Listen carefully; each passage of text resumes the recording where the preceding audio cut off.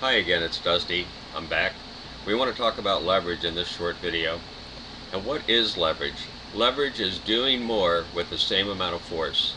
If you tried to lift the back end of a car, there's no possible way you could do it. But if you had a long timber and you had a fulcrum point like a rock, and you stuck the timber under the car and moved the rock up fairly close where the long part of the board is back, you literally could probably hold on to the end of that timber and actually lift the back of the car off the ground.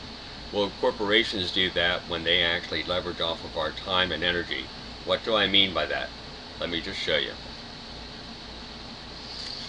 What is leverage? Okay, let's go through this real quick. Mike is an insurance broker working by himself. He only has 8 hours a day. All he can get done is whatever he can do by himself. He might work 10 or 12, but he can't do more than he can do. Mike can go out and he can change his productivity because Mike hires 3 people to increase his productivity. This is called leverage. Mike will make a percentage off of everything these people do. Jane is particularly good at this, and she has come there really to and learned everything that Mike could possibly teach her. So what happens with Jane, and what's the problem with with this type of a system? Well, Jane is so good at this, and she's an entrepreneur, and she's always wanted to be in business for herself. She's learned everything from Mike, and now what's going to happen, or is possible, is after Jane has, Mike has actually taught all of his employees everything about his business, Jane actually takes off and becomes an insurance broker herself. Guess what? Now Jane, who knows Mike's success system, is now his best competitor.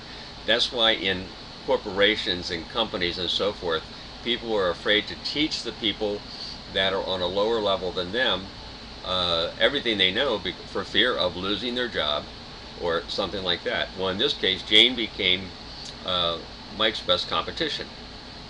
Now, what could Mike have done? Mike could have leveraged off of Jane's effort, and there's only one way, and that's to keep her part of his company. This way Mike will receive a small percent of her efforts, and Mike should. He taught her his success system. So Jane could become an associate insurance broker, and Mike could have encouraged her to do that right from the beginning, knowing that if he didn't, she would probably leave. So Jane now actually goes out and works with her 2 people here, but Mike gets a little percentage and continues to mentor and help Jane grow her business. How can you leverage off of your time? Here's you.